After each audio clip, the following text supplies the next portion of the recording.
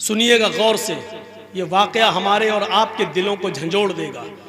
सुनिए, गाजियाबाद से by road की बात कर रहा हूं, बाई रोड, जब आप लखनऊ से कटते हुए, बरेली होते हुए, मुरादाबाद होते हुए जब आप गाजियाबाद जाएंगे, और गाजियाबाद से जो सड़क दिल्ली की तरफ गई है, बीच में एक एरिया है, गांव है, उसका नाम है लोनी।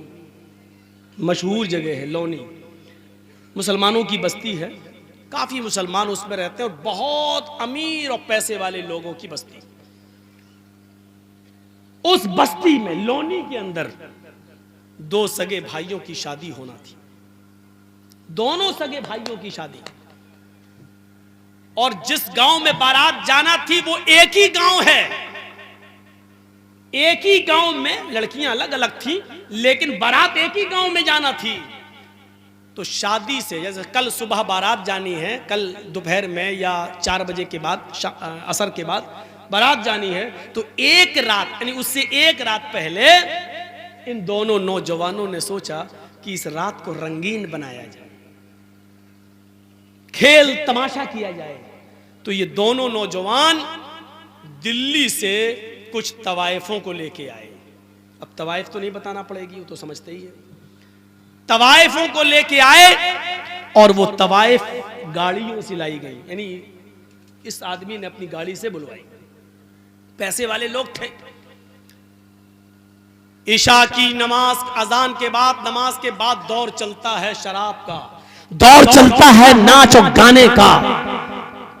इस लड़के ने अपने यार दोस्तों को बुलाया, दोनों लड़कों ने अपने घर में दावत दी, मिनट मिनट पर चाय बनी, मिनट मिनट पे शराब आ रही है, मिनट मिनट पर दौर चल रहा है, और वो तवाइफें नाच रही हैं, डांस कर रही हैं, अपने जिस्म की नुमाइश कर रही हैं, गाना गा रही हैं, और देखने वालों की आंखों को ठंडा कर रही हैं अपने जिस्म को दिखा दिखा कर। ये नाच और गाना इतनी देर चलता है, इतनी देर चलता है कि टाइम का पता नहीं चलता। वहां फजर की अजान की आवाज आने लगती है। इन दोनों लड़कों के घर से लगी हुई मुश्किल से 300-400 कदम की दूरी पर मस्जिद है। उस मस्जिद से मुअज्जिन ने अजान देना शुरू कर दिया, अल्लाहु अकबर, अल्लाहु अकबर। ये फजर की नमाज का वक्त है। ये वो वक्त है कि चिड़ियां भी अपने घोंसलों में उस वक्त बेदार हो जाती हैं और चहचहा कर, ची ची बोलते हुए अपने रब की तस्बीह बयान करती हैं। युसब्बिहु लिल्लाहि मा फिस समावाति व मा फिल अर्ज़। सुबह के दरख्तों के पत्तों की से चलने वाली हवा भी अल्लाह की तस्बीह बयान करती है।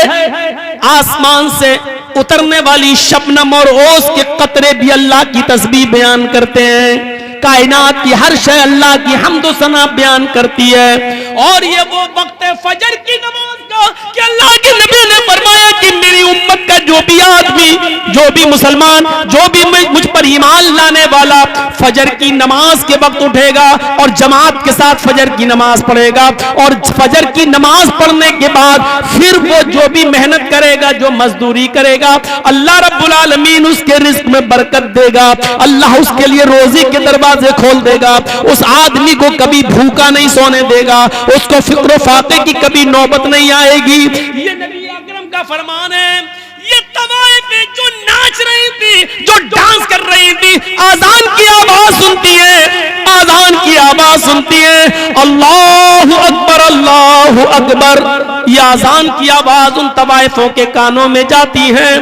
तो आजान के एहतराम में इन तवाइफों ने गाना बंद कर दिया और नाचना मौकूफ कर दिया, नाचना बंद कर दिया और गाना बंद कर दिया। खामोश हो गई, न नाच रही हैं न गा रही हैं। इन दोनों लड़कों ने देखा कि इनके पायलों की छनकार रुक गई है, इनके पैर जो अभी जमीन पर थरक रहे थे वो रुक गए हैं, मुंह से सुरीली आवाज में जो गाने की आवाज आ रही थी वो गाने रुक गए हैं। तो इन दोनों नौजवानों ने कहा क्या हुआ तवाइफों से, क्यों रुक गई हो, क्या बात है? इन तवाइफों ने जवाब दिया, मस्जिद से अजान की आवाज आ रही है, हम आजान के एहतराम में रुक गए हैं, हम भी मुसलमान हैं, अगरचे नमाज नहीं पढ़ते हैं तो क्या हुआ, लेकिन आजान का एहतराम करते हैं। हम अजान का एहतराम करते हैं। हमारी मजबूरियों ने हमको तवाइफ बना दिया है, नाचने और गाने वाला बना दिया है, वरना हम तवाइफ नहीं थे। हमारा ये मतलब नहीं है कि हम नाचेंगे नहीं, गाएंगे नहीं, लेकिन इतनी देर रुक जाने दीजिए जितनी देर मस्जिद से अजान की आवाज आ रही है, हमको इतनी देर रुक जाने दीजिए। हमने आजान के वक्त कभी गलत काम नहीं किया है, हमने आजान के वक्त कभी गलत काम नहीं किया है। अजान का एहतराम मैं करती हूं, मैं अभी नाच नहीं सकती और गा नहीं सकती। इन दोनों नौजवान लड़कों ने जो जुमले कहे वो सुनो क्या थे। इन दोनों नौजवान लड़कों ने जवाब दिया, सुनो सुनो गाने सुनने वालों, सुनो टीवियां देखने वालों, सुनो मोबाइलों में 1 GB और 2 GB मिलती है तो पूरी फिल्मों में और ड्रामे देखने वालों। इन दोनों नौजवानों ने जवाब दिया इन तवाइफों से, अजान तो दिन भर में 5 मरतबा होती है, लेकिन तुम तो रोजाना नहीं आती हो। मुअज्जिन का काम है अजान देना, वो अपना काम कर रहा है, तुम्हारा काम है नाचना और गाना, तुम अपना काम करो। अगर तुम रुक गई तो हम तुम्हें रात भर की मेहनत नहीं देंगे। उन तवाइफों ने सोचा कि मुझे रात भर की मेहनत ना मिले तो इससे बेहतर है कि नाच लूं। दिलों का हाल तो अल्लाह जानता है कि मैं अजान का एहतराम कर रही हूं।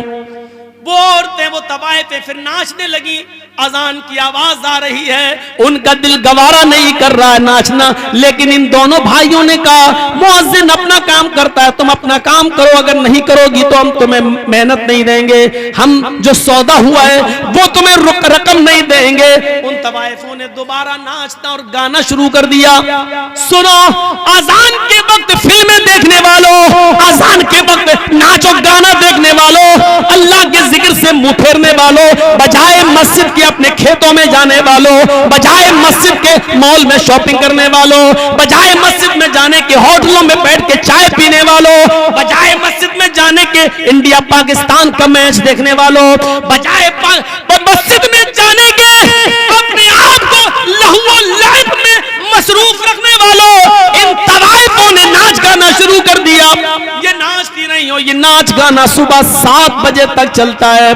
अपने वादे के मुताबिक इन दोनों भाइयों ने, अपने वादे के मुताबिक इन दोनों भाइयों ने उन तवाइफों को पूरी मजदूरी दी।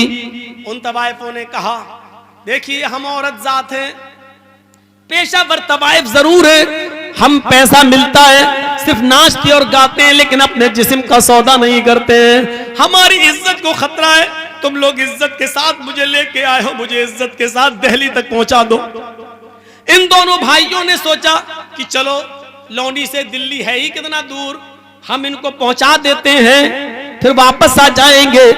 2 बजे के बाद तो बारात जाना है, अभी तो जाएगी नहीं, हम इनको छोड़ के वापस आ जाते हैं। दोनों भाई उन तवाइफों को पहुंचाने जा रहे हैं। तवाइफों की गाड़ी आगे चलती है और इन दोनों भाइयों की गाड़ी पीछे चल रही है। तवाइफों की गाड़ी आगे चलती है, तवाइफों का जो ड्राइवर था वो थोड़ा होशियार था, इसलिए उसने बहुत होशियारी के साथ गाड़ी को मोड़ मार कर निकाल लिया, लेकिन सामने से आने वाले ट्रक ने इन दोनों भाइयों की गाड़ी में ऐसी टक्कर मारी कि इन दोनों भाई की गाड़ी कई हिचकोले खाने के बाद काफी दूर गिरती है, एक खेत में गिरती है। आनन फानन लोगों की भीड़ जमा हो जाती है, किसी तरह कार का, गाड़ी का ढक्कन खोला जाता है, उसकी खिड़की खोली जाती है, उसकी विंडो खोली जाती है, लेकिन दोनों भाइयों की लाशें इतनी बिगड़ चुकी हैं, इतनी खराब हो चुकी हैं कि पहचान से बाहर है कि बड़े भाई की लाश कौन सी है और छोटे भाई की लाश कौन सी है। पहचान नहीं, पहचान से दूर है। ऐसी टक्कर होती है ट्रक से कि गाड़ी दूर गिरती है, बड़ी मुश्किल से ढक्कन खोला गया।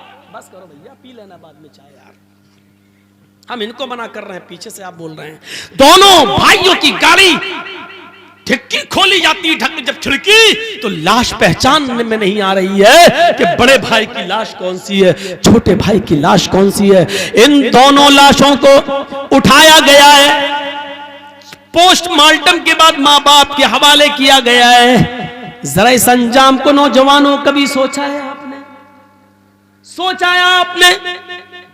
2 बजे के बाद इन दोनों की बारात जाना थी लड़की वाले के गांव में, लड़की के गांव में, लड़कियों के गांव में इन दोनों की बारात जाना थी। जरा सोचिए, फिर हम वहीं आएंगे, सोचिए हम वहीं आएंगे, आपको बार बार वहीं ला रहे हैं। सोचिए, अभी इन दोनों की बारात लड़कियों के गांव में जाना थी, अब बारात नहीं जा रही है, अब इनका जनाजा कब्रिस्तान की तरफ जा रहा है। थोड़ी देर में कहां से कहां तब्दीली आ गई, चेंजिंग देखिए।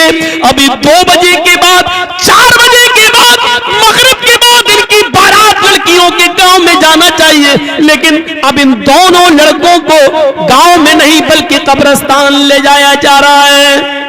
अभी कुछ देर के बाद इन दोनों लड़कों को लड़की के माँ बाप की तरफ से मिले हुए कपड़े पहनना थे, सेहरा पहनना था, दूल्हा बनना था, इनको नए कपड़े पहनना था। लेकिन थोड़ी देर में अब इनको नए कपड़े नहीं बल्कि नया कफन पहनाया जा रहा है।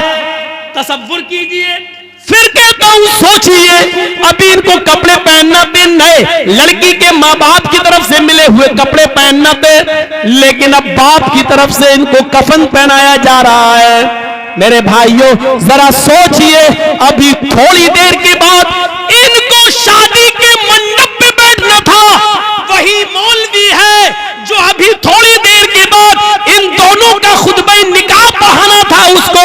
या अय्युहल्लज़ीना आमनू तक़ुल्लाह हक़्क़ तुक़ातिह या अय्युहन्नासु तक़ू रब्बकुम या अय्युहन्नासु तक़ू, ये तब दुआएं पढ़ना थी उसको।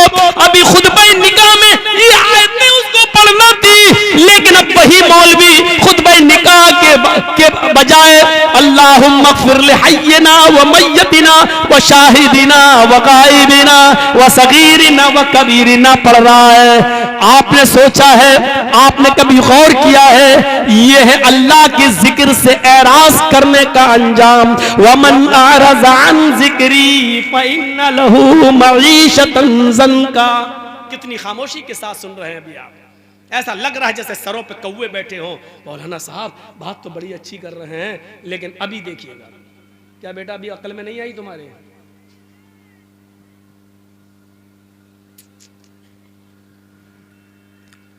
तसव्वुर कर रहे हैं आप, थोड़ी देर में क्या हैसियतें बदल गई। जाना था लड़कियों के घर, बारात लेकर गांव में पहुंचाया जा रहा है कब्रिस्तान। पहनना थे लड़की के माँ बाप की तरफ से मिले हुए कपड़े, पहनाया जा रहा है कफन। मौलवी को पढ़ना था या अय्युहल्लज़ीना आमनू तक़ुल्लाह हक़्क़ तुक़ातिह, कुरान की आयतें पढ़ के निकाह पढ़ाना था, लेकिन उसी मौलवी को अब क्या पढ़ना पड़ रहा है? अल्लाहुम्मा अग़फ़िर लिहय्यिना व मय्यतिना व शाहिदिना व गायबिना व सगीरिना व कबीरिना। थोड़ी देर में हैसियतें बदल गई।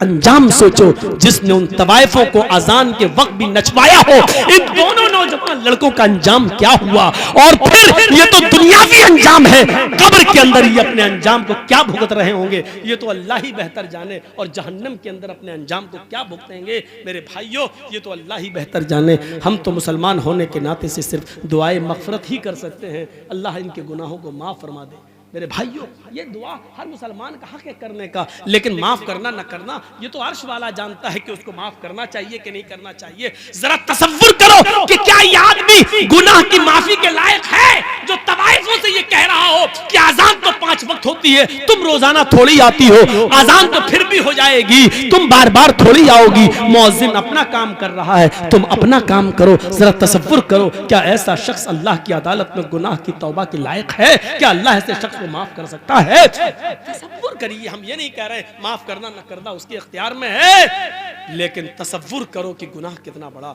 वमन अअरज़ अन ज़िक्री फ़इन्न लहू मईशतन ज़ंका। हम हैं कहां? अपनी सोच को बदलो। कुरान ने वही कहा, फल तंजुर नफ्सुम मा क़द्दमत लिग़द। हर इंसान को सोचना चाहिए कि कल कयामत के दिन के लिए उसने कौन सी तैयारी की है। एहसास देखिए, दुनिया में दौलत कमाने के बहुत से तरीके हैं, आपको मालूम है? आइए मैं आपको बताता हूं। हजरत अब्दुल्ला इब्ने उमर अपने चंद साथियों के साथ सफर पे हैं और एक जंगल से गुजर हो रहा है। देखिए वही चाचा, इन्हीं को चाचा बोल रहा था मैं। अब एक और चाचा उड़ रहे हैं, सुनिए। हजरत अब्दुल्ला इब्ने उमर रजी अल्लाह ताला अन्हु अपने चंद साथियों के साथ गुजर रहे हैं और जंगल से उनका गुजर होता है। जंगल में एक चरवाहे को देखते हैं। यहां देखिए आप, एक तरफ लालच और दूसरी तरफ फिक्र आखिरत, इन दोनों चीजों को देखिएगा। एक चरवाहा बकरियां चरा रहा है पहाड़ से लगे हुए एक वादी में। हजरत अब्दुल्ला इब्ने उमर और उनके साथियों को जंगल में भूख लगती है। ये दस्तरखान बिछाते हैं और जो खाना ले गए थे उसको लगा देते हैं। जंगल के चरवाहे पर नजर पड़ती है, उसको बुलाते हैं, चरवाहे इधर आओ, आए चरवाहे इधर आओ। वो करीब आता है और कहते हैं कि आओ हमारे साथ तुम भी खाना खा लो, हम खाना खाने जा रहे हैं, तुम भी भूखे होगे, सुबह से बकरियां चरा रहे हो, आओ तुम भी खाना खा लो। उसने जवाब दिया, उस चरवाहे ने, नहीं नहीं आप ये खाना खाएं, आप तनावुल फरमाएं, आप नोश करें, हम ये खाना नहीं खा सकते हैं इसलिए कि हम रोजे से हैं। चरवाहा रोजे से। अब्दुल्ला इब्ने उमर कहते हैं, चरवाहे इतनी सख्त गर्मी में और इतना बड़ा दिन होता है, ये बकरियां भी तुम्हारी नहीं है, तुम्हारे मालिक की हैं। इन बकरियों को सुबह से शाम तक तुम इसी जंगल में चराते हो, कोई बकरी खो न जाए उसके पीछे पीछे दौड़ते हो। इतनी चिलचिलाती हुई धूप और इतनी शदीद गर्मी के अंदर भी तुम रोजे से हो, वो भी नफली रोजा। तुम रोजा छोड़ क्यों नहीं देते हो? तुम रोजा तर्क क्यों नहीं कर देते हो? ये फर्ज रोजे तो नहीं है, नफली रोजे हैं। कहते हैं कि मैं इस रोजे को कैसे छोड़ दूं? इसी जंगल में तो मैं रहता हूं और बकरियां चराता रहता हूं, मुझे मस्जिद में कुरान पढ़ने का मौका नहीं मिलता है। जंगल में भी मेरी नजर बकरियों पर रहती है, इसलिए कि कोई बकरी खो न जाए, इसलिए मैं ज्यादा नवाफिल नहीं पढ़ पाता हूं, इसीलिए तो मैं नफली रोजे रखता हूं। मैं आखिरत की फिक्र में डूबा हुआ रहता हूं, पता नहीं कि मेरा रब आखिरत में मुझे बख्शेगा या नहीं बख्शेगा, मुझे माफ करेगा या नहीं करेगा। मुझे जितनी इबादत करनी चाहिए उतनी इबादत हम नहीं कर पाते हैं, क्योंकि मेरे मालिक का हुक्म है इन बकरियों को चराओ, इसलिए मैं चराने आता हूं, क्योंकि मालिक के साथ बेवफाई नहीं कर सकता हूं मैं, जिसका गुलाम हूं, मुझे उसकी बात मानना पड़ती है। हजरत अब्दुल्ला इब्ने उमर ने कहा अपने साथियों से, इस चरवाहे का इम्तिहान लेना चाहिए। बातों से तो बड़ा अल्लाह वाला लगता है, लेकिन अमली मैदान में देखूं, अमली मैदान में अब देखिए आप लोग कितने तादाद में आए थे जलसा सुनने, तो देखा जाए तो जाहिर में तो बड़े अल्लाह वाले लग रहे हैं ना, दीन से कितनी मोहब्बत है, सुनने आए, जलसा सुनने आए, माशाल्लाह लग रहे हैं। लेकिन अमली मैदान में कितने हैं ये तो आपकी मस्जिद बताएगी। सुबह फजर की नमाज जब अजान होगी तब आपकी मस्जिद ये तय करेगी कि आपने किस नीयत के साथ जलसा सुना है, अमली किरदार कितना है आपके अंदर। तो हजरत अब्दुल्ला इब्ने उमर ने कहा इनका इम्तिहान लेता हूं, ये कह तो ये रहा है बड़ा अल्लाह वाला, रोजे से हूं और ये हूं वो हूं, और मैं इम्तिहान लेता हूं। वो बकरी चराने में लग गया तो हजरत अब्दुल्ला इब्ने उमर ने फिर उसको बुलाया, इधर आओ। वो आया, कहने लगा क्या बात है भाई, मैं बकरियां चरा रहा हूं, मैं कह दिया हूं रोजे से हूं, मैं नहीं खाना खाऊंगा। कहा ऐसा है कि मैं एक बकरी तुमसे खरीदना चाहता हूं, एक बकरी तुम मुझे दे दो। बेनी शातन, ये है अल मुस्तदरक अल हाकिम के अल्फाज। एक बकरी तुम मुझे बेच दो, एक बकरी तुम मुझे दे दो। उसने जवाब दिया, नहीं हजरत मैं ये बकरी कैसे बेच दूं, ये बकरियां मेरी नहीं है, मैं पहले कह चुका हूं आपसे कि ये बकरियां मेरी नहीं है, ये बकरी मेरे मालिक की है। अपने मालिक की अमानत में खयानत कैसे कर दूं मैं, ये बकरी मेरी नहीं है। अब्दुल्ला इब्ने उमर ने कहा कि उस अपने मालिक से ये कह देना कि पहाड़ के दामन में बकरियां चरा रहा था, चराते चराते एक बकरी गुम हो गई।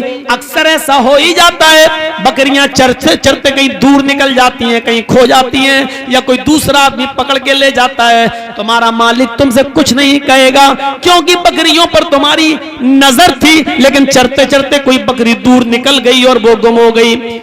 कह देना एक बकरी भेड़िया खा गया, या कह देना कि एक बकरी को भेड़िया मार के खा गया, तुम एक बकरी मुझे बेच दो, हम उसको ज़िबा करेंगे और वहीं पकाएंगे खाएंगे, और शाम को तुम्हें भी पका हुआ भुना हुआ गोश्त दे देंगे। तुम उस गोश्त से रोजा इफ्तार कर लेना, क्योंकि तुम रोजे से हो। हम शाम को इस बकरी को काट कर ज़िबा करके उसका गोश्त पका कर तुम्हें भी दे देंगे, तुम इससे इफ्तार कर लेना।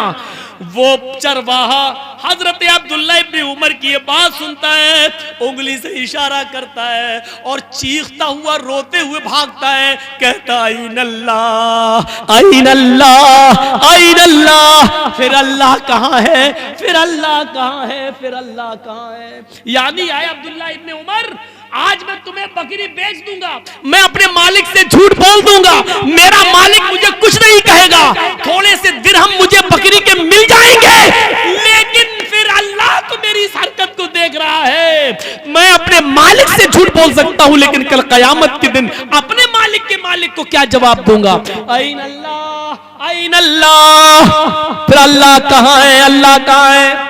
आए नौजवानों, आए इस गांव में जलसा सुनने के लिए आने वालों, तुम्हारे हाथ में शराब की बोतल होती है, उस वक्त तुम्हारे मुंह से ये क्यों नहीं निकलता, मेरा बाप नहीं देख रहा है, मेरी माँ नहीं देख रही है, मेरा बड़ा भाई नहीं देख रहा है, मेरी बीवी नहीं देख रही है, लेकिन अल्लाह तो देख रहा है। अल्लाह कहाँ है, अल्लाह कहाँ है। तुम जुआ खेलते हो, तुम्हारे मुंह से ये आवाज क्यों नहीं निकलती, अल्लाह देख रहा है।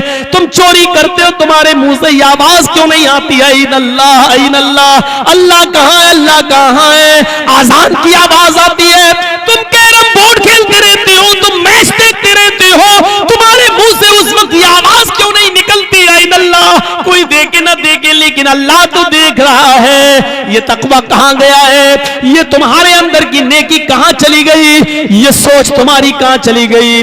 वो चरवाहा भागता है, दूर जाता जा रहा है, कह रहा है आइन अल्लाह आइन अल्लाह। फिर अल्लाह कहां है, फिर अल्लाह कहां है। यानी अल्लाह तो मुझे देख रहा है। आए अब्दुल्ला, मैं यहां झूठ बोल सकता हूं अपने मालिक से, लेकिन कल कयामत के दिन हमारा झूठ पकड़ा जाएगा, हमें सबके सामने बेनकाब किया जाएगा। हम दुनिया में हम ऐसा नहीं कर सकते, अल्लाह हमारी इस हरकत को देख रहा है।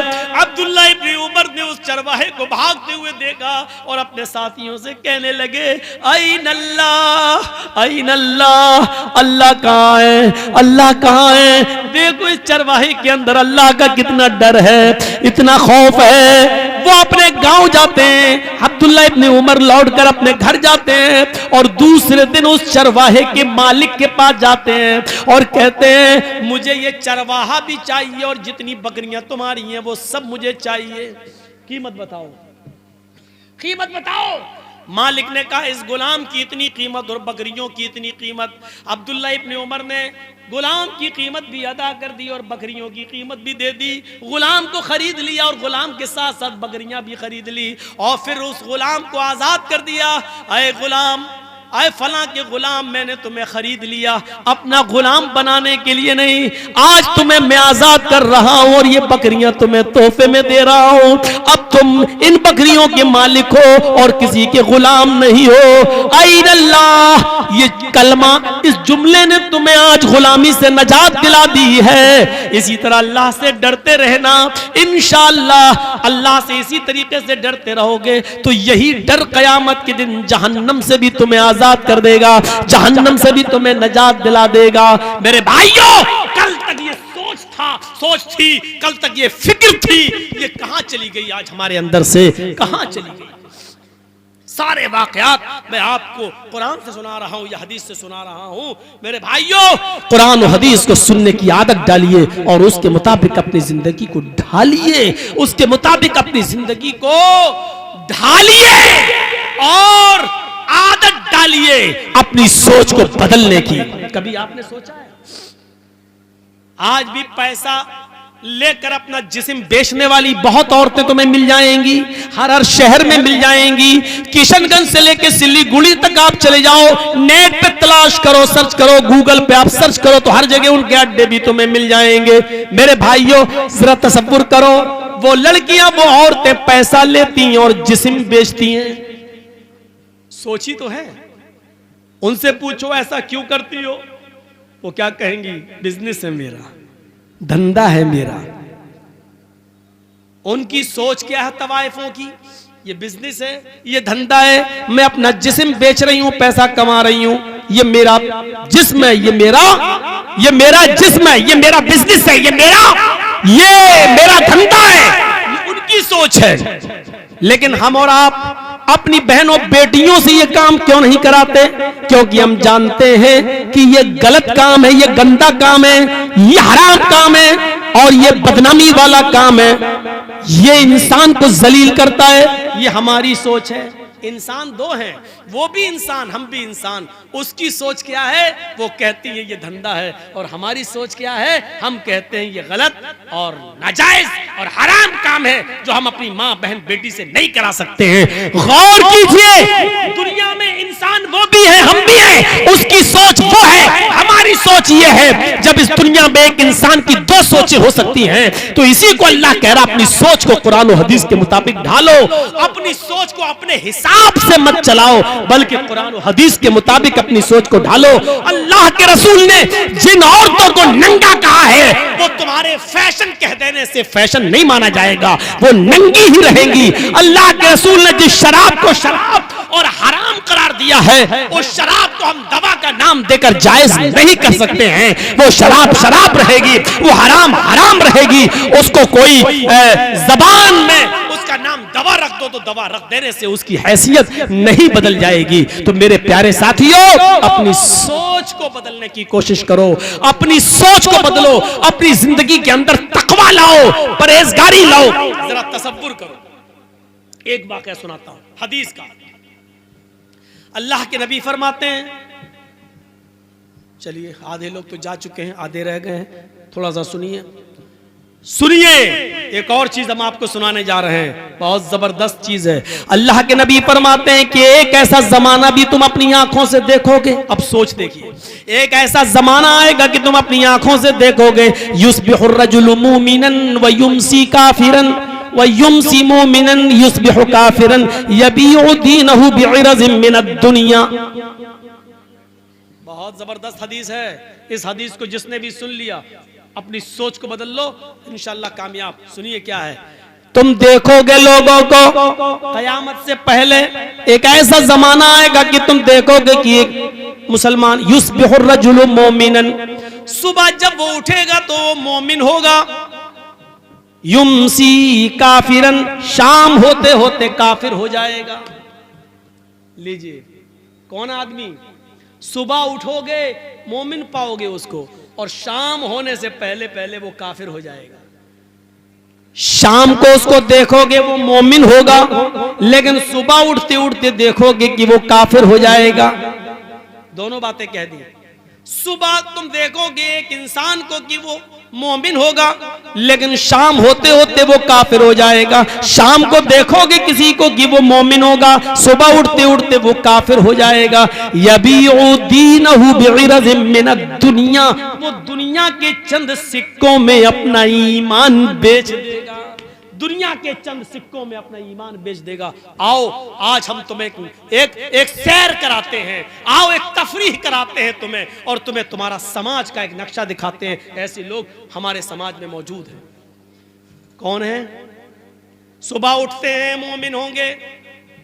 आप देखोगे चुनाव का दौर है, इलेक्शन का दौर है, एक आदमी को तुम देखोगे कि सुबह उठेगा, फजर की नमाज भी पढ़ेगा। अब मिसाल सुनो, हदीस तो मैं पढ़ दी, अब इसको की तशरीह देखिए। सुबह वो फजर की नमाज भी पढ़ेगा, फजर की नमाज के बाद वो कुरान की तिलावत भी करेगा, कुरान की तिलावत करने के बाद वो लोगों की खिदमत भी करेगा, फजर के बाद मेहनत तो मजदूरी भी करेगा। लेकिन इलेक्शन में खड़ा है वो जानता है कि मेरी बस्ती में कुछ हिंदू लोग या सिख लोग या ईसाई लोग भी रहते हैं, मुझे इनका वोट भी चाहिए, मुझे इनका वोट भी हासिल करना है। अब वो उनका वोट लेने के लिए सुबह उठेगा, मस्जिद में गया होगा, जोहर में वो मस्जिद में गया होगा, उसने नमाज पढ़ी होगी, कुरान पढ़ा होगा, सब कुछ पढ़ा होगा, गरीबों की मदद भी की होगी, लेकिन शाम होने से पहले पहले हिंदुओं का वोट पाने के लिए वो किसी मंदिर में चला जाएगा। वहां जाने के बाद वो किसी पंडित के हाथ से अपने सर पर, अपने माथे पर टीका भी लगवा लेगा और मूर्ति के ऊपर हार और माला भी चढ़ा देगा। सिर्फ गैर मुस्लिमों का वोट पाने के लिए वो माथे पे टीका भी लगवा लेगा और मूर्ति पर हार और फूल भी चढ़ा देगा। इसी को अल्लाह के नबी कह रहे हैं, शाम होने से पहले पहले वो काफिर हो जाएगा। शाम को आप देखोगे कि वो मोमिन होगा, लेकिन सुबह किसी मंदिर में, किसी गिरजा में जाकर वो किसी के फूल और हार और माला डालकर हाथ जोड़कर खड़ा होगा और अपने माथे पे टीका भी लगवा लेगा। सुबह होते होते काफिर हो जाएगा। सुबह मोमिन होगा, शाम को काफिर, शाम को मोमिन होगा, सुबह काफिर। और ऐसा क्यों करेगा? दुनिया, वो अपने दीन को दुनिया के चंद सिक्कों में बेच देगा। दुनिया के चंद नोट पाने के लिए, दुनिया के चंद सिक्के हासिल करने के लिए, दुनिया की चंद रुपयों को कमाने के लिए वो अपने दीन की सौदेबाजी करेगा, अपना दीन बेच देगा। ईमानदारी के साथ बताओ, हमारे समाज और सोसाइटी के अंदर ये दौर चल रहा है कि नहीं चल रहा है? लोग अपना दीन बेच रहे हैं कि नहीं बेच रहे हैं? अब हमारी सोच क्या कहेगी? सोच देखिए क्या हो गया। हिंदुस्तान में रहते हैं, हमें भाईचारा बनकर रहना है, हमें उनके यहां जाना है, उनको हमारे यहां आना है। वो हमारे ईद पे आ जाते हैं तो क्या हम उनकी होली में न जाएं? वो हमारे रमजान के महीने में टोपी लगाकर हमारे रोजा इफ्तार में आ जाते हैं, हम उनके यहां मंदिर में चले गए तो क्या हुआ? ये भाईचारा है, ये भाईचारा। ये हमारी सोच है, ये नेता की सोच है। लेकिन शरीयत क्या कहती है कि उसने अपने दीन को बेच दिया है चंद टुकड़ों में। तो मेरे भाइयों, सोच वो नहीं है जो हम सोच रहे हैं, सोच वो है जो जनाब मोहम्मद रसूलुल्लाह ने बताई है। हमें उस सोच के ऊपर चलना है, वरना दीन अकबरी नाफिज करने वाला अकबर भी सही हो जाएगा, जिसने जोधा भाई से शादी करके कहा था कि हम दीन इलाही नाफिज करेंगे। उसने एक नया दीन की बुनियाद डाली थी। उसने भी तो यही कहा था कि हम हिंदू मुसलमान सबको लेके चलेंगे। इस्लाम हिंदू भाइयों से नफरत करने की इजाजत नहीं देता। यकीनन इस्लाम हिंदू भाइयों से प्यार करने की इजाजत देता है, ईसाइयों से मोहब्बत करने की इजाजत देता है, सिख और जैनियों से मोहब्बत करने की इजाजत देता है। हाँ, हमारा इस्लाम तो ये कहता है, या अय्युहन्नास इन्ना खलक़नाकुम मिन ज़करिन व उन्सा। हिंदू, मुस्लिम, सिख, ईसाई, इन सब का बाप एक है आदम और इन सब की माँ एक है हव्वा। तुम सब एक बाप के और एक माँ के बेटे हो। हाँ, हमारा इस्लाम ये कहता है कि तुम सब भाई भाई हो, लेकिन हमारा इस्लाम मस्जिद छोड़कर किसी के मंदिर में जाकर हार और फूल चढ़ाने की इजाजत नहीं देता है। मेरे भाइयों, भाई भाई का मतलब यह है कि वो बीमार हो जाए तो उसकी देख रेख करो, उसको पैसों की जरूरत पड़ जाए तो उसको दो, उसके घर में चूल्हा नहीं जल रहा है तो आप उसकी मदद करो। अगर वो मौत और जिंदगी की कश्मकश में है और उसको उसके ग्रुप का ब्लड नहीं मिल रहा है, तुम पड़ोस में रहते हो, तुम्हारा ब्लड उसके ब्लड के ग्रुप से मिल रहा है, लेकिन तुम रोजे से हो, उसकी जान जा रही है। डॉक्टर कह रहा है कि ये मुसलमान, उसका पड़ोसी अगर एक बोतल खून दे देता है तो इसकी जान बच जाएगी। तो यहाँ इस्लाम ये कहता है कि उस हिंदू की जान बचाने के लिए अगर तुम्हारा एक बोतल खून जा रहा तो दे दो। कहता है रोजे से हूं तो इस्लाम कहता है कि तू अपना रोजा तोड़ दे, लेकिन किसी की जान अगर बच रही है तो एक बोतल खून देकर उसकी जान बचा ले। रोजे की कज़ा तेरी बाद में हो जाएगी, इसको बाद में पूरा कर लेना। इस्लाम इस भाईचारे की इजाजत देता है, लेकिन इस्लाम इस बात की इजाजत नहीं देता है कि हम दूसरों के त्योहार में जाकर रंग फेंकें या उनकी पिचकारियों की होली अपने जिस्म पर बर्दाश्त करें और उनसे ये कहें कि लो हमारे भी रंग लगाओ, हम भी तुम्हारे साथ हैं। लो वो हमारी मस्जिद में अगर नमाज पढ़ने आ जाएं तो इसका यह मतलब नहीं कि हम भी उनके मंदिरों में हाथ जोड़कर खड़े हो जाएं उनका वोट पाने के लिए। इस्लाम इस बात की इजाजत हमें बिल्कुल नहीं देता है। मेरे भाइयों, यही हमें सोच अपने अंदर पैदा करना है। इसी सोच को अगर हमने अपनी सोच बना लिया कि अपनी सोच कुरान और हदीस के मुताबिक ढाल ली, तो मेरे भाइयों, अब देखिए सोच है ना, आज पूरी तकरीर सोच पर ही हो रही ना। हमारे यहाँ क्या होता, हम जितनी नमाजें पढ़ रहे हैं दिन पे दिन गरीब होते जा रहे हैं। मौलाना साहब यार आप तो कहते थे अल्लाह वाले बन जाओ बरकत होगी, हम तो जितनी नमाज पढ़ रहे हैं, रोजा रख रहे हैं, अल्लाह ताला हमें उतना ही आजमा रहा है। हमें तो देखिए पहले कितना पैसा था, पैसा ही नहीं है, मेरा बच्चा बीमार रहता। ये हमारी सोच हो गई। हम जितनी इबादत कर रहे हैं हमें उतनी गरीबी आ रही है, ये हमारी सोच है। अल्लाह के रसूल के जमाने में एक सहाबी ईमान लाए, पहले वो काफिर थे, इस्लाम लाए, ईमान लाए, उन्होंने नमाज पढ़ना शुरू की। जब नमाज पढ़ना शुरू की तो उनको खूब बरकतें हुई, खूब मालो दौलत उनको मिलना शुरू हो गया। वो अल्लाह के नबी के पास रोते हुए आए। देखिए उनकी सोच, हमारी सोच देखिए और उनकी सोच देखिए। वो कहते हैं अल्लाह के रसूल का क्या हुआ कि जब से हम इस्लाम लाए हैं और जब से हमने नमाजों की पाबंदी की है, हमारे घर में खैर बरकत हो रही है, मालो दौलत सोना और चांदी खूब आ रहा है। अल्लाह के नबी ने फरमाया ये तो अच्छी बात है। कहने लगे अल्लाह के रसूल कहीं ऐसा तो नहीं, आप अल्लाह के नबी हैं, पूछिए अल्लाह से, कहीं ऐसा तो नहीं हमारी नमाज, हमारे रोजे और हमारी इबादतों का बदला अल्लाह दुनिया में हमें दे रहा हो और आखिरत में हमें महरूम कर दे। अगर वो दुनिया में हमें दे रहा तो नहीं चाहिए, हमें अपनी नमाज और रोजे का इनाम आखिरत में चाहिए। अल्लाह अगर हमारी नमाज और रोजे का इनाम दुनिया में दे रहा है और आखिरत में हमें कुछ ना दे तो हमें दुनिया में कुछ नहीं चाहिए, हमें आखिरत में चाहिए। ये उनकी सोच थी। और हमारी सोच क्या है, जब से नमाज पढ़ रहे हैं तब से और कंगाल हो रहे हैं। होता है ऐसा, कभी कभी हम लोग सोचने पे मजबूर हो जाते हैं। अब जैसे हम हैं, एक बहुत बूढ़ी औरत थी, किसी ने कहा मौलवी साहब मेरी माँ बहुत बीमार है, चलिए थोड़ा सा कुछ दुआ हुआ कर दीजिए। मैंने कहा चलिए चल देते हैं, माँ बीमार है चलें। यकीन मानिए हम जब तक दुआ कर रहे हैं उसके लिए दम कर रहे हैं, पूरी दुआ पढ़ भी नहीं पाए, वो बुढ़िया ही चली गई दुनिया से, खत्म। अब इसमें हम क्या कर लें, मेरे हाथ में तो था नहीं। अब हम सोच रहे थे कि लड़का कहीं हमें गाली वाली ना दे, कमीना कैसा मौलवी है तू, हम तो दुआ करने के लिए लाए, तूने तो दुनिया ही से उठवा दिया। लेकिन उल्टा हुआ, हम सोच रहे थे ये और वो उल्टा हुआ। उसने कहा क्या मौलाना है माशाअल्लाह। हमने क्यों, तुम्हें अपने माँ से मोहब्बत नहीं दी? अरे कौन कहता माँ से मोहब्बत नहीं दी? अरे मेरी माँ बहुत तड़प रही थी, बहुत तड़प रही थी, हमने कई बकरे सदका कर दिए, खिला दिए, लेकिन मेरी माँ की तकलीफ नहीं जा रही थी। आपने तो इतनी ऐसी दुआ पढ़ी कि बड़ी आसानी से रूह निकल गई मेरी माँ की। हमने कहा अल्लाह तेरा खैर है, कम से कम बुरा नहीं माना। मैं अपना वाकया बता रहा हूँ, मैंने अब तक 4 निकाह पढ़ाए हैं, चारों को तलाक हो गई। मेरा पढ़ाया हुआ एक भी निकाह नहीं टिका, अब मैं पढ़ाता भी नहीं हूँ। हालांकि ये मतलब नहीं कि अब पढ़ाऊंगा तो टिकेगा नहीं, लेकिन मैं पढ़ाता नहीं हूँ। क्यों? जिसको कहता हूँ कि मैंने 4 पढ़ाए हैं, चारों को तलाक हो गई, वो कहता मौलाना साहब खाना खा लीजिए लेकिन निकाह मत पढ़ाइए, निकाह नहीं पढ़ाइए। अब मैं सोच रहा हूं कि वो चारों लोग नाराज ना हो कि देखो मौलवी जर्जिस ने मेरा निकाह पढ़ाया और हमारे निकाह टूट गए, और चारों खुश हैं। ये उल्टा हो रहा है, ये चारों खुश हैं। जो लड़कियां अपने शौहरों के साथ परेशान थी वो बड़ी खुश है कि मेरा निकाह, मेरे दूल्हा का निकाह मौलाना जर्जिस ने पढ़ाया, हमें छुटकारा मिल गया। वो अपनी सहेलियां, जिनकी सहेलियां परेशान है, वो कहती काश तेरे दूल्हा का निकाह मौलाना जर्जिस ने पढ़ाया होता तो तू भी छुटकारा पा गई होती।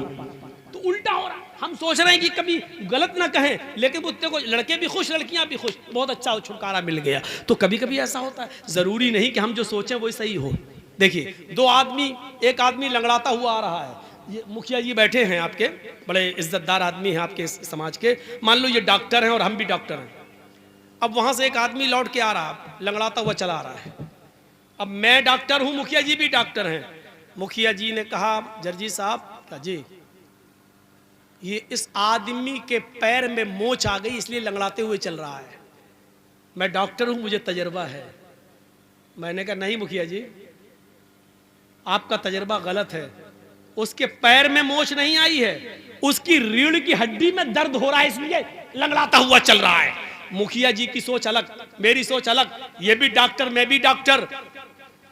हमने कहा अच्छा ठीक है मुखिया जी सुनो, अगर उसकी रीढ़ की हड्डी में दर्द नहीं हुआ, पैर में मोच ही निकली तो 1000 रुपया मैं दूंगा, और अगर उसके रीढ़ की हड्डी में दर्द हुआ जो मैंने कहा तो 1000 रुपया आप दीजिएगा। शर्त लग गई, ठीक है। वो आया चलता हुआ बिल्कुल करीब आ गया। हम दोनों ने पूछा भाई पैर में मोच आई या रीढ़ की हड्डी में दर्द? कहता कुछ नहीं, कुछ नहीं, न मोच न रीढ़ की हड्डी में दर्द। अबे फिर तू लंगड़ा के क्यों चल रहा था? उसने कहा मेरे पैर की चप्पल टूट गई थी इसलिए मैं घिसट घिसट के चल रहा था। अब देखिए दोनों की सोच अलग हो गई। मुखिया जी डॉक्टर है, कह रहे हैं उसके पैर में मोच। जर्जी साहब डॉक्टर है, वो क्या कह रहे हैं? नहीं, उसकी रीढ़ की हड्डी में दर्द। दोनों की सोच गलत। इनका तजर्बा भी फेल, मेरा तजर्बा भी फेल। उस लंगड़े ने क्या खुद आगे क्या कह दिया? न मोच न रीढ़ की हड्डी में दर्द। अबे फिर क्यों लंगड़ा के चल रहा था? अरे मेरी तो चप्पल टूट गई थी इसलिए घसीट घसीट के चल रहा था। निकला क्या? खोदा पहाड़ निकली चुहिया। दोनों के पैसे बच गए। तो कभी कभी सोच ऐसी भी होती है, सोच। इसीलिए कुरान ने कहा है बिना तहकीक किए हुए कभी अपनी जबान से कोई लफ्ज मत बोलो। इज़ा जाकुम फासिकुम बिनबाइन, जब तुम्हारे दरमियान कोई समाज का बुरा आदमी कोई बुरी खबर लेकर आए, किसी के बारे में कहे फला ऐसा कर रहा था, तो एकदम उसकी बात मत मान लो, बल्कि तहकीक कर लो। आपको मालूम है इमाम औज़ाई रहमतुल्लाह अलैह बहुत बड़े बुजुर्ग गुजरे हैं। जरा देखिए, उनके घर में उनकी बीवी से मिलने के लिए उनके गांव की एक औरत आती है और सुबह सुबह दरवाजा खटखटाती है। इमाम औज़ाई रहमतुल्लाह अलैह फजर की नमाज के बाद कुरान की तिलावत कर रहे थे चटाई पर बैठकर। उन्होंने दरवाजे पर देखा कोई आया है, दरवाजा खोला तो सामने गांव की औरत खड़ी है। पूछा कैसे आई हो बहन? उसने जवाब दिया आपकी बीवी से मिलना है। इमाम औज़ाई रहमतुल्लाह अलैह ने अपनी बीवी से कहा कि तुमसे कोई औरत मिलने आई है, तुम उससे मिलो, मैं अंदर चला जाता हूं। अब इमाम औज़ाई अंदर चले गए और जिस चटाई पर कुरान पढ़ रहे थे उस चटाई पर उनकी बीवी ने उस गांव की औरत को बिठा दिया, आओ बैठो।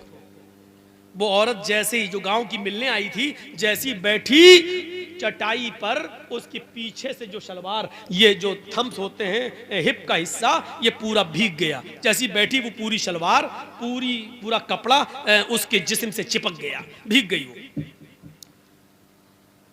उसने नजर दौड़ाई तो इमाम औज़ाई का 3 साल का बच्चा कपड़े उतारे हुए नंगा वहीं पर खेल रहा था। उस औरत ने क्या समझा कि अभी इस बच्चे ने यहां पेशाब कर दिया है। देखिए, बच्चा नंगा हो, कपड़ा ना हो और ये बैठी हो पूरा भीग गई, तो इसने क्या कहा? इमाम औज़ाई की बीवी से तुम्हें शर्म नहीं आती? तुमने मुझे इस चटाई पे बिठा दिया जहां तुम्हारे बच्चे ने पेशाब किया है। देखिए पेशाब पूरा मेरे कपड़े में भर गया, अब जाकर मैं नहाऊं और कपड़ा धुलूं? बच्चा 3 साल का है, अब तो इसका पेशाब भी पाक नहीं रहा कि छींटा मार के पाक हो जाए, अब तो धुलना पड़ेगा। सर्दियों के दिनों में चटाई पे बिठा दिया। इमाम औज़ाई की बीवी क्या कहती हैं? देखिए सोच, देखिए उस औरत की सोच क्या थी कि इस पे पेशाब है। इमाम औज़ाई की बीवी कहती है पेशाब नहीं है मेरी बहन, तुम शौक से इस पर बैठी रहो, तुम्हें डरने की कोई जरूरत नहीं। वो कहती है कि मैं कैसे मान लूं ये पेशाब नहीं है? कोई लोटा नहीं रखा, पानी का कोई जग नहीं है, कोई गिलास नहीं है कि यहाँ पानी गिरा हुआ हो। ये बच्चा आपके कपड़े उतारे हुए है, मुझे तो यही अंदेशा कि इस बच्चे का पेशाब होगा। इमाम औज़ाई की बीवी कहती है कि ये मैं आपको जमानत देती हूं कि ये पेशाब नहीं है, बच्चे ने पेशाब नहीं किया है, लेकिन बच्चे का कपड़ा उतारा, उसने नाली में पेशाब किया, यहां नहीं किया है, तुम बेफिक्र रहो। उसने कहा इमाम औज़ाई की बीवी से ये पेशाब नहीं है और पानी भी नहीं है, तो फिर है क्या? पहले मुझे बताओ, मुझे सेटिस्फाई करो। इमाम औज़ाई की बीवी कहती है जब तुम मान नहीं रही है तो अब मुझे तुझे बताना पड़ रहा है कि ये क्या है। सुन, जब तू नहीं मान रही है तो सुन। मेरे शौहर फजर की नमाज पढ़ के आते हैं और इसी चटाई पर बैठकर कुरान की तिलावत करते हैं। कुरान पढ़ने के बाद फिर वो अपने रब से अपने गुनाहों की माफी मांगते हैं और तौबा करते हैं। इतनी तौबा करते हैं, इतना रोते हैं अपने रब के सामने कि उनके आंखों से गिरने वाले आंसुओं से ये चटाई भीग जाती है, तर हो जाती है। मेरी बहन, तुम जिस चटाई पर बैठी हो और जिस चटाई के से भीग गई हो, ये मेरे बच्चे का पेशाब नहीं है, ये पानी नहीं है, ये मेरी शौहर के आंखों से गिरने वाले आंसू हैं जो अल्लाह के खौफ से और अल्लाह के डर से रोते हैं, जिस आंसुओं से तुम्हारी शलवार भीग गई है। देखा आपने वो क्या सोच रही थी और वजह क्या निकली है। जरूरी नहीं हम किसी के बारे में कुछ सोचें, जरूरी नहीं कि हम किसी के बारे में जो सोचें वो सही हो सकता है कि हमारी सोच गलत हो। इसीलिए कुरान कहता है या अय्युहल्लज़ीना आमनुज्तनिबू कसीरम मिनज़्ज़न इन्न बअज़-ज़न्नि, ईमान वालों, ऐ मुसलमानों, कभी अपने मुसलमान भाई के बारे में ज्यादा बदगुमानियां मत रखो। ज्यादा बदगुमानी नहीं। एक लड़की कानों में लीड लगाकर मोबाइल हाथ में रखकर सड़क पर चली जा रही है, और बातें करती हुई जा रही है, हमारा दिमाग फौरन वहीं पहुंचता है, ये अपने बॉयफ्रेंड से बात कर रही है। अरे वो जल्दी जल्दी चल रही है, कानों में लीड लगी है, बात करती हुई जा रही है। जरूरी नहीं कि वो अपने बॉयफ्रेंड से बात कर रही है, हो सकता है कि उसकी बहन बीमार हो, उसको डिलीवरी हो रही हो और वो किसी को फोन करके हॉस्पिटल में बुला रही हो, इसलिए वो जल्दी जल्दी चल रही हो।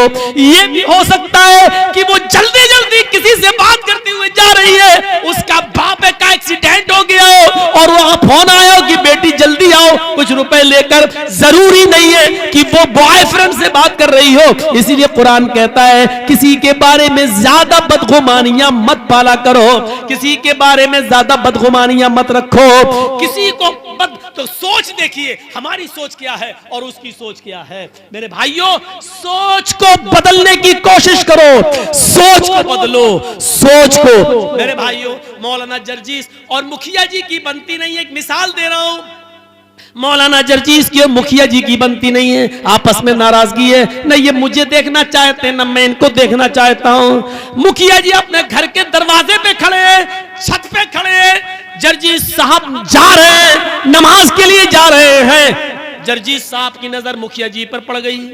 जर्जीस साहब मुंह हिला रहे हैं, होंठ हिल रहे हैं।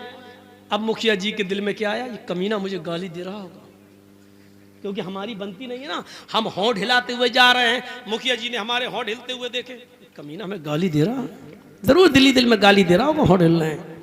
मुखिया जी की ये सोच सही भी हो सकती है, लेकिन ये सोचने का पावर और हक अल्लाह ने नहीं दिया है। हो सकता है जर्जीस साहब की मुखिया जी से आंखें लड़ गईं, जर्जीस साहब मुखिया जी को गाली न दे रहे हो। ये भी तो हो सकता है कि वो नमाज पढ़ने जा रहे हो और वुजू बना के घर से निकले हो, वो वुजू के बाद की दुआ पढ़ रहे हो। या ये भी तो हो सकता है कि वो सुभान अल्लाह और अल्हम्दुलिल्लाह कहते हुए जा रहे हो, कुछ भी हो सकता है। इसीलिए कुरान कह रहा है या अय्युहल्लज़ीना आमनू ईमान वालो, तुम किसी के बारे में ज्यादा बदगुमानियां मत अपने दिलों में पाला करो। बहुत सी बदगुमानियां इंसान को बहुत बड़ा गुनाहगार बना देती हैं। हमें किसी के बारे में बदगुमानी पालने की जरूरत नहीं है। अपने दिल के अंदर अपने दिलों को साफ रखो। नबी अकरम क्या फरमाते हैं,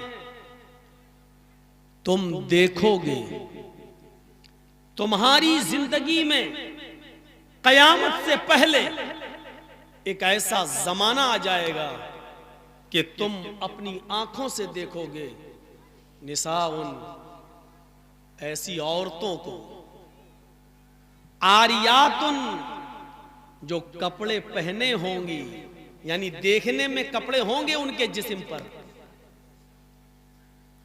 कासियातुन, कपड़े पहने होंगी वो, आरियातुन, लेकिन हकीकत में वो कपड़े नहीं होंगे बल्कि वो नंगी होंगी। ये किसने कहा है? मुहम्मदुर रसूलुल्लाह सल्लल्लाहु अलैहि वसल्लम। ये जर्जीस और उसके बाप के घर की बात नहीं है, ये हदीस है। फिर से सुनिए, नबी का फरमान क्या है, तुम देखोगे औरतों को जो कपड़े तो पहने होंगी लेकिन हकीकत में वो कपड़े नहीं होंगे बल्कि आरियात, वो नंगी होंगी।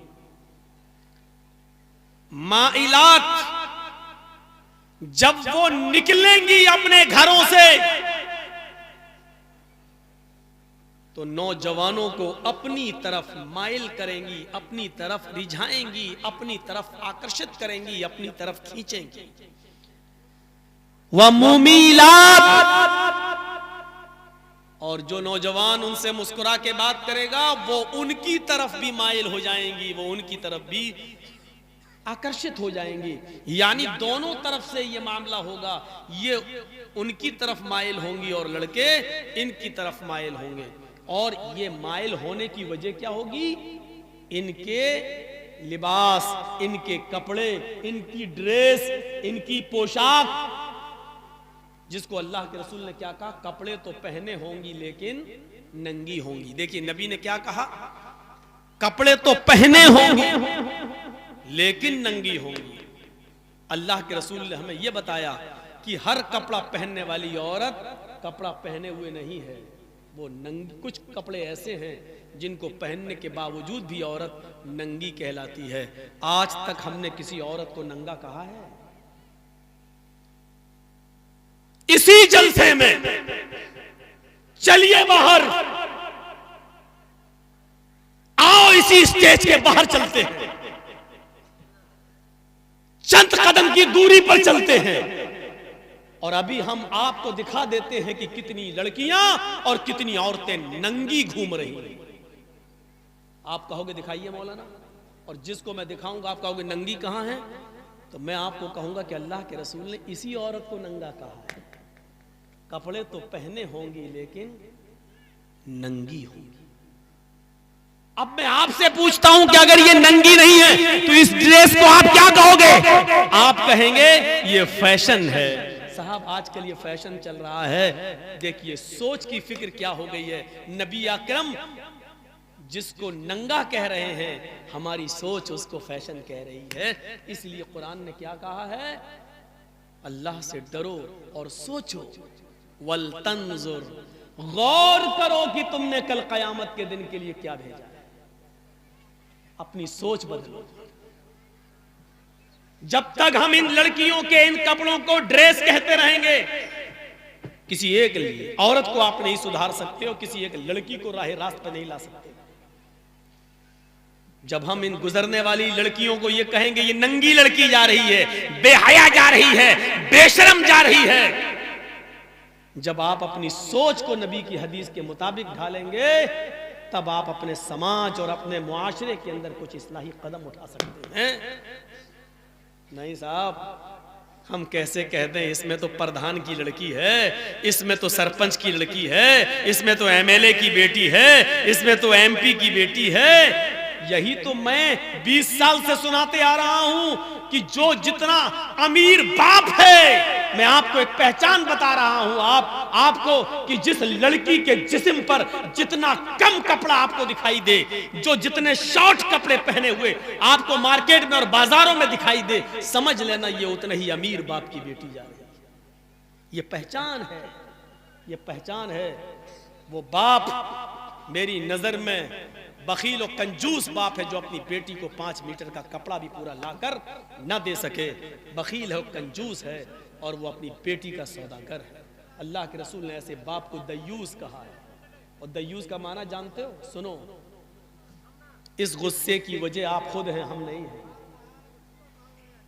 और मुझे ये गुस्सा आज क्यों आ रहा है, ये सब आप भी समझ रहे हो। गुस्सा जिंदों को आता है, मुर्दों को नहीं आता है। जिंदों पर को गुस्सा आता है, मुर्दों को नहीं। आपको गुस्सा आना चाहिए, जायज बात पे आना चाहिए।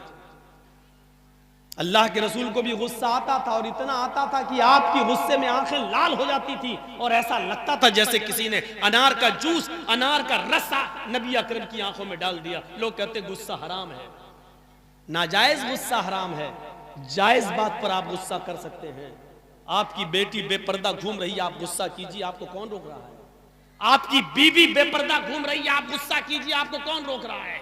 आपका 10 साल से बड़ा बेटा अगर मस्जिद में अजान की आवाज सुनकर नमाज पढ़ने नहीं जाता, आप उसको मारिए और उस पर गुस्सा होइए, ये गुस्सा जायज है। और भी बहुत मिलेंगे जो कहेंगे गुस्सा हराम है।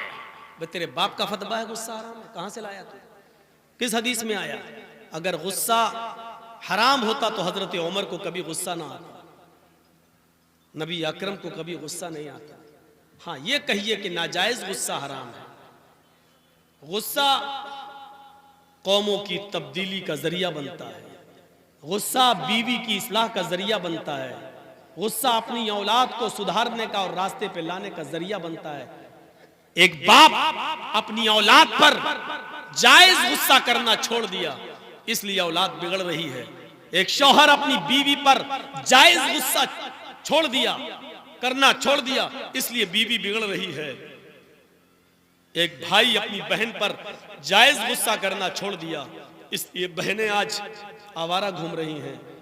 जायज गुस्सा कीजिए, जायज गुस्सों से इस्लाह होती है। सोच बदलिए, अपनी सोच। या अय्युहल्लज़ीना आमनुत्तकुल्लाह या अय्युहल्लज़ीना आमनुत्तकुल्लाह वल तंजुर नफ्सुम मा क़द्दमत लिगद। आई ईमानो वालो तुम अल्लाह से डरो, यानी जो अल्लाह से जितना ज्यादा डरेगा वो इस दुनिया में उतना ही ज्यादा गुनाहों से बच बच कर चलेगा, और जितना इंसान गुनाहों से बच बच कर चलेगा आखिरत के अंदर उतनी उसकी नेकियां बढ़ेंगी और वो जन्नत का मुस्तहिक होगा। इसलिए फरमाया अल्लाह से डरो, और हर इंसान को गौर करना चाहिए कि कल कयामत के दिन के लिए उसने कौन सी तैयारी कर रखी है, कौन सी तैयारी कयामत से जोड़ा है। हमें इस दुनिया में हमेशा नहीं रहना है। इस चीज को जरा सोचिए और समझिए, इस चीज को जरा सोचकर और समझकर समझने की कोशिश कीजिए। अपनी फिक्रों को बदलिए। बस जिसने सोच बदल ली समझ लो कि इस्लाम उतना ही ज्यादा वो इस्लाम और ईमान पर अमल कर लेगा। हमारी सोच क्या है? देखिए, मौलाना जर्जीस साहब के साथ अगर हम एक सेल्फी ले लेंगे तो बहुत अच्छा होगा। इसका बेनिफिट क्या मिलेगा? सोच देखिए, सोच। बेनिफिट ये होगा कि हम इसको शेयर करेंगे, हम इसको अपने दोस्तों को भेजेंगे। दो मकसद। पहला मकसद, हमारे दोस्त को हम ये बताएंगे कि देखिए जर्जीस साहब से मेरी मुलाकात हो गई है। दूसरी, किसी की दुकान पे बैठे उसने अपनी दुकान के साथ मेरा फोटो खींच लिया, अब उसको शेयर, जर्जीस साहब मेरी दुकान पर आए थे। ये हमारी सोच है कि कोई बड़ी चीज नहीं है सेल्फी।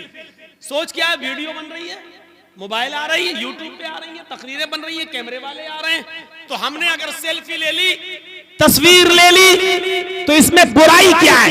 ये सोच है हमारी। लेकिन हदीस क्या कहती है? इस हदीस के मुताबिक अपनी सोच को ढालिए। बहुत गीत सुन लिया आपने, औरतों ने बड़ी फरमाइश की कि गीत पढ़िए। ऐसी चीजें तो औरतों को पसंद है, वो सुन ली। जो हम बता रहे हैं वो पसंद कहाँ है? मौलवी तो हमारे कपड़ों पे पाबंदी लगा रहा है, कल हमारी सैंडल पे पाबंदी लगा देगा, परसों हमारी फेयर एंड लवली और पॉन्ड्स पे पाबंदी लगा देगा। ये चीजें कहां पसंद है? अब सुनिए, ये हमारी सोच है कि सेल्फी लेने में हर्ज किया है, लेकिन हदीस क्या कहती है? सुनिए, इन्ना अशद्दन्नासि अज़ाबन यौमल क़यामति अल मुसव्विरून। कयामत के दिन सबसे ज्यादा सख्त अजाब उसको दिया जाएगा जो दुनिया में तस्वीरें बनाएगा। देखें आप, हदीस ने क्लियर कर दिया, इन्ना अशद्दन्नासि अज़ाबन यौमल क़यामति अल मुसव्विरून। कयामत के दिन सबसे ज्यादा सख्त अजाब, सबसे ज्यादा हार्ड अजाब उसको दिया जाएगा जो दुनिया में तस्वीरें बनाएगा। क्लियर कर दूं, जो दुनिया में फोटो खींचेगा, सेल्फी लेगा, मोबाइलों में किसी को अपने अंदर कैद करेगा, कयामत के दिन इन लोगों को सबसे ज्यादा सख्त अजाब दिया जाएगा। सोचिए, सोच। आज हम सोच बदलेंगे। बस अल्लाह के रसूल ने इस पर क्या कहा? अशद्दन्नासि अज़ाबन, लोगों में सबसे ज्यादा सख्त अजाब उसको दिया जाएगा। एक तो होता अजाब दिया जाएगा, आग में डाल दिया, नहीं, एक होता है लोगों में सबसे ज्यादा सख्त अजाब। और जहन्नम का सबसे ज्यादा सख्त अजाब क्या है आपको मालूम है? हमें नहीं मालूम, मौलवी जर्जीस को नहीं मालूम सबसे ज्यादा सख्त अजाब क्या है। हाँ, सबसे हल्का अजाब मैं जानता हूं क्या मिलेगा, सबसे हल्के अजाब को बता देता हूं, उससे सबसे ज्यादा सख्त क्या होगा उससे आप अंदाजा लगा लीजिए। सोच लीजिएगा, बस आज सोच बदलिए। मौलवी की सेल्फियां लेने वालों, मौलवियों को अपने कैदों में और कैमरों में बंद करने वालों, सुनो, या तो मौलाना जर्जीस को बुलाना छोड़ दो या फिर हदीसों पर, कुरान पर अमल करना शुरू कर दो। दोनों चीजों में से एक काम करो, छोड़ दो। बहुत सुन चुके हो वेदों के मंत्र, बहुत सुन चुके हो गीत, बहुत सुन चुके हो गाने। जलसों के मिजाज को बदलो, कुरान और हदीस को सुनने की आदत डालो।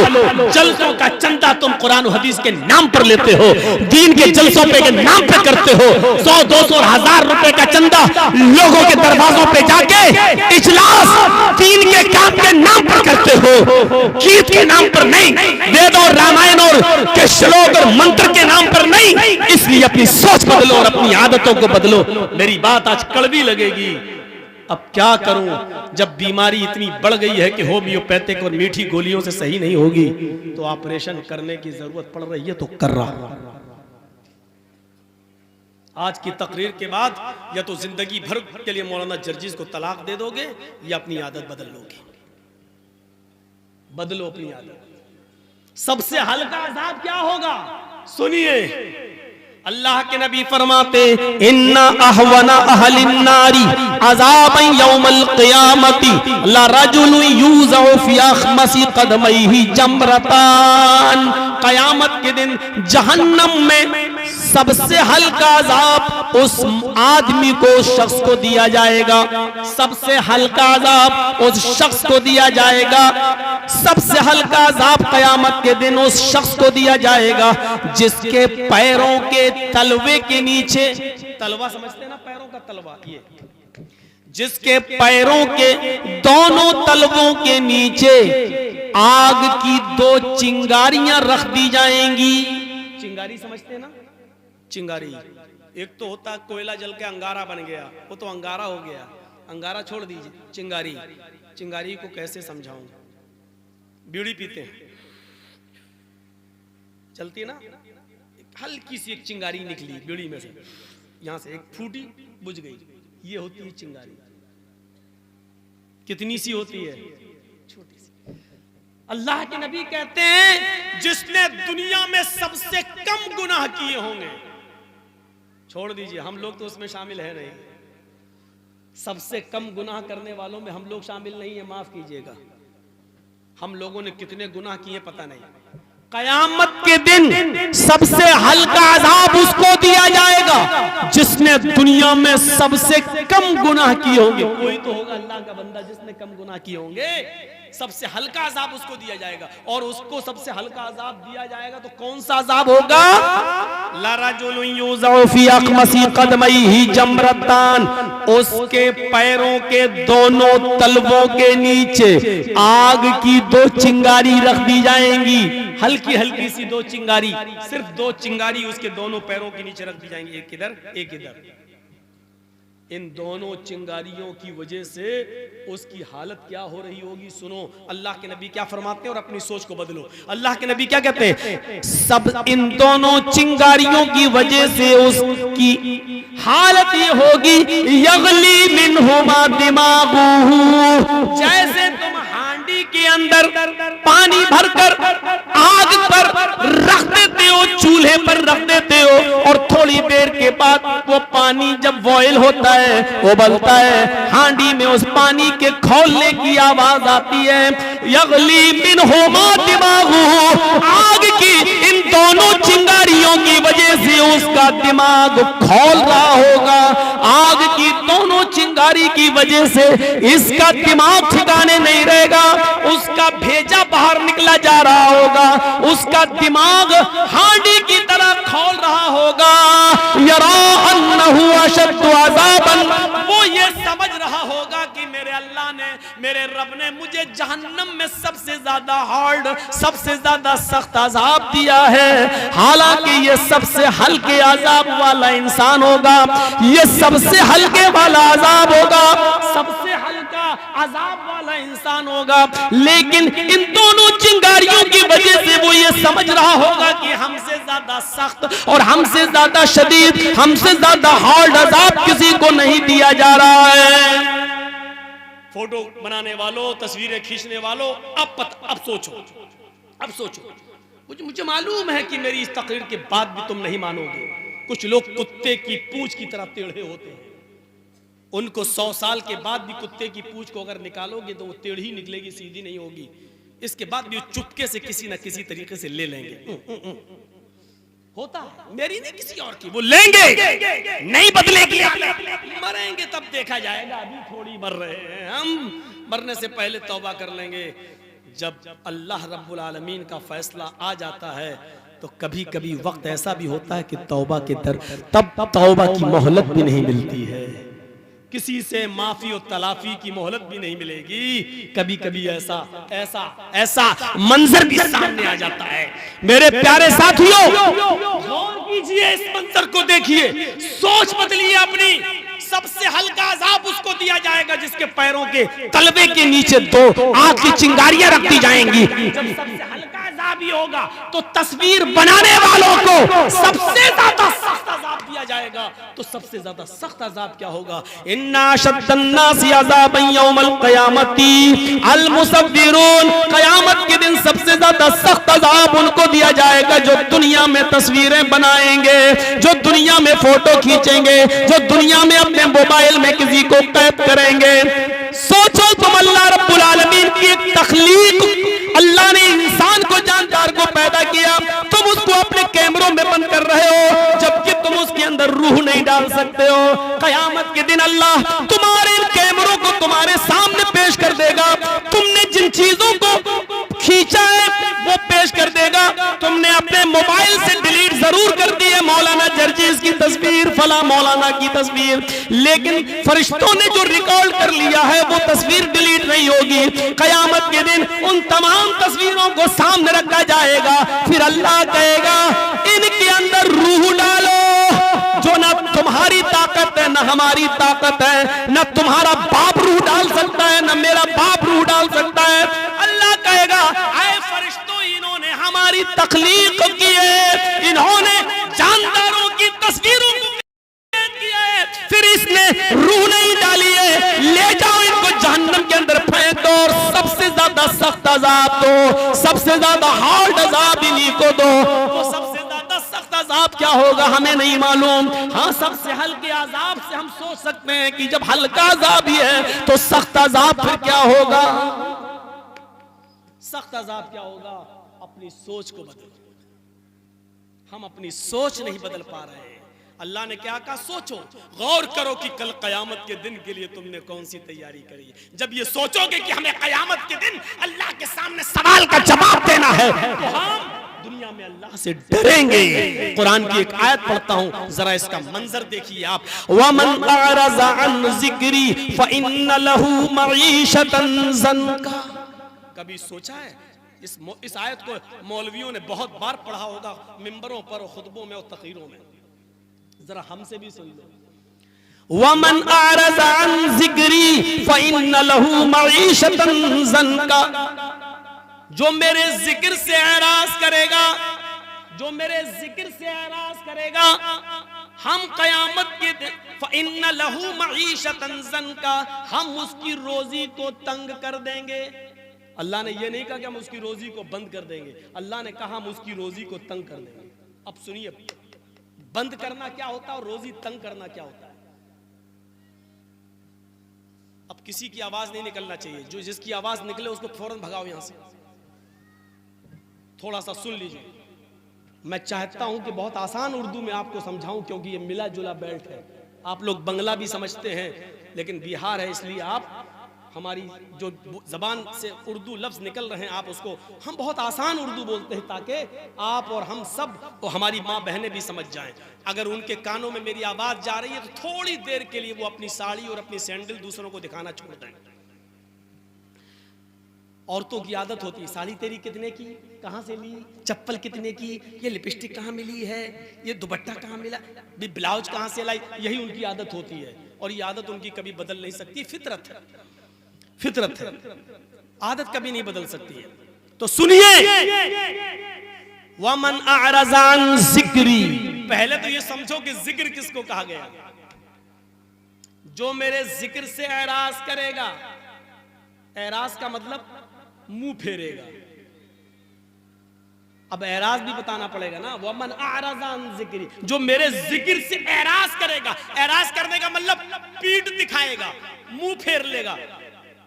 एक होता मना कर देना, हट हट हट, नहीं, मानेगा लेकिन पीठ फेर लेगा, अभी हम नहीं कर रहे, चलो। ये है एराज करना, ये है एराज करना। वमन अरज़ा अन ज़िक्री, जैसे मैच देख रहे हैं, इंडिया पाकिस्तान का मैच आ रहा, 5 ओवर रह गए, इसी बीच में अजान की आवाज आ गई, अल्लाहु अकबर अल्लाहु अकबर। हम 5 वक्त के नमाजी हैं लेकिन मैच देखने के शौकीन हैं। या अल्लाह, 5 ओवर रह गए, पता नहीं कौन जीतेगा। अगर नमाज पढ़ने जाते हैं तो मैच का मजा नहीं ले पाएंगे, नमाज पढ़ के जब तक आएंगे तब तक मैच खत्म हो जाएगा, वो तो पता चल जाएगा कौन हारा कौन जीता, लेकिन मैच का मजा नहीं ले पाएंगे। और अगर मैच देखने में लगे हैं तो नमाज जा रही है, क्या करें, चलो नमाज तो बाद में भी पढ़ लेंगे कज़ा, लेकिन मैच कहां बार बार आता है, देख रहे हैं। इसका मतलब क्या हुआ, आपने नमाज पढ़ी, अगरचे पढ़ी, लेकिन आजान हो रही है, आप मैच देख रहे हैं, मस्जिद में नहीं जा रहे हैं, तो इसका मतलब ये हुआ कि आपने नमाज से एराज किया है। पढ़ी है लेकिन उस वक्त नहीं पढ़ी जब आपको जाना चाहिए, आपने एराज किया, यह है एराज करना। वमन अरज़ान ज़िक्री, और जिक्र से मुराद नमाज है, जिक्र से मुराद नमाज है। कुरान में अल्लाह ताला ने फरमाया, इज़ा नूदिया लिस्सलाती मिन यौमिल जुमुअती फसअू इला ज़िक्रिल्लाह, जब जुमे के लिए मुअज्जिन अज़ान देने लगे और बुलाने लगे, पुकारने लगे, अल्लाहु अकबर अल्लाहु अकबर, जब जुमे की अज़ान की तरफ तुम्हें बुलाया जाए, जब जुमे की नमाज के लिए तुम्हें बुलाया जाए, इज़ा नूदिया लिस्सलाह, जब नमाज के लिए तुम्हें आवाज दी जाए, यानी अज़ान की आवाज आए, फसअू इला ज़िक्रिल्लाह, तो तुम चल पड़ो, कहां, अल्लाह के जिक्र की तरफ। देखिए यहां जिक्र कहा, अल्लाह के जिक्र की तरफ, यानी जुमे की नमाज के लिए, जिक्र से मुराद नमाज। यहां अल्लाह ने क्या कहा, वमन अरज़ान ज़िक्री, ये चीज जो हम तुम्हें आपको सुनाने जा रहे हैं, ये ऐसी चीज है मेरे भाइयों जो आपने अब तक नहीं सुनी होगी मेरी जबान से, अब तक इस इलाके में। सुनिए इसको, आज मैं अपने अंदाज में आपको सुना रहा हूं, और बहुत काम की चीज है।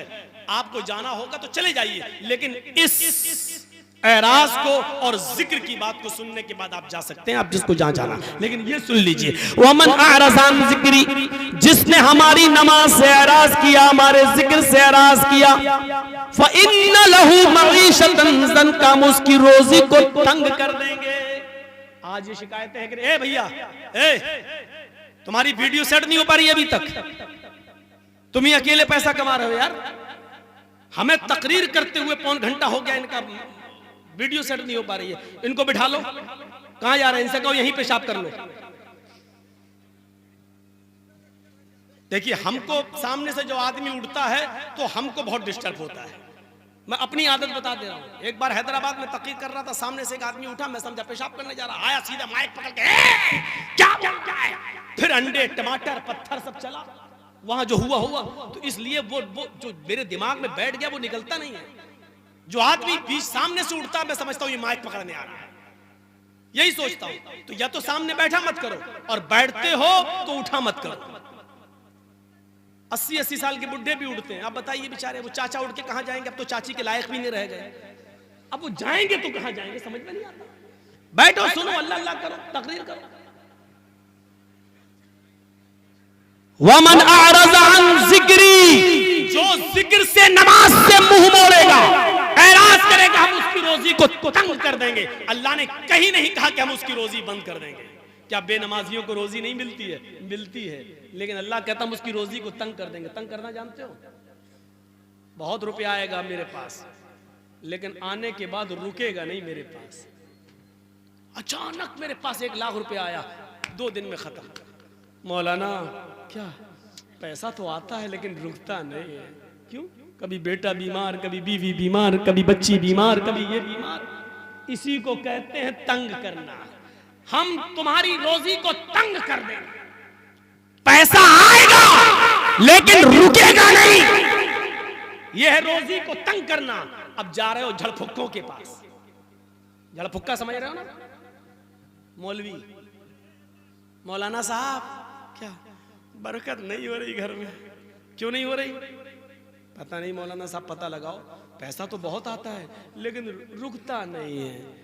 मौलाना साहब बेचारे वो क्या पैसे को रोकेंगे?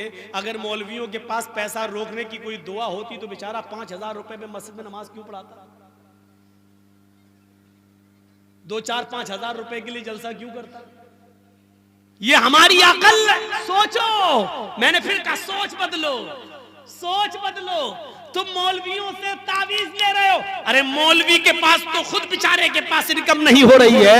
मौलवी खुद बददुआ दे रहा मदरसे के सेक्रेटरी को, खुद तो कमाता है 1 लाख रुपया, हमको दे रहा 5000 रुपया।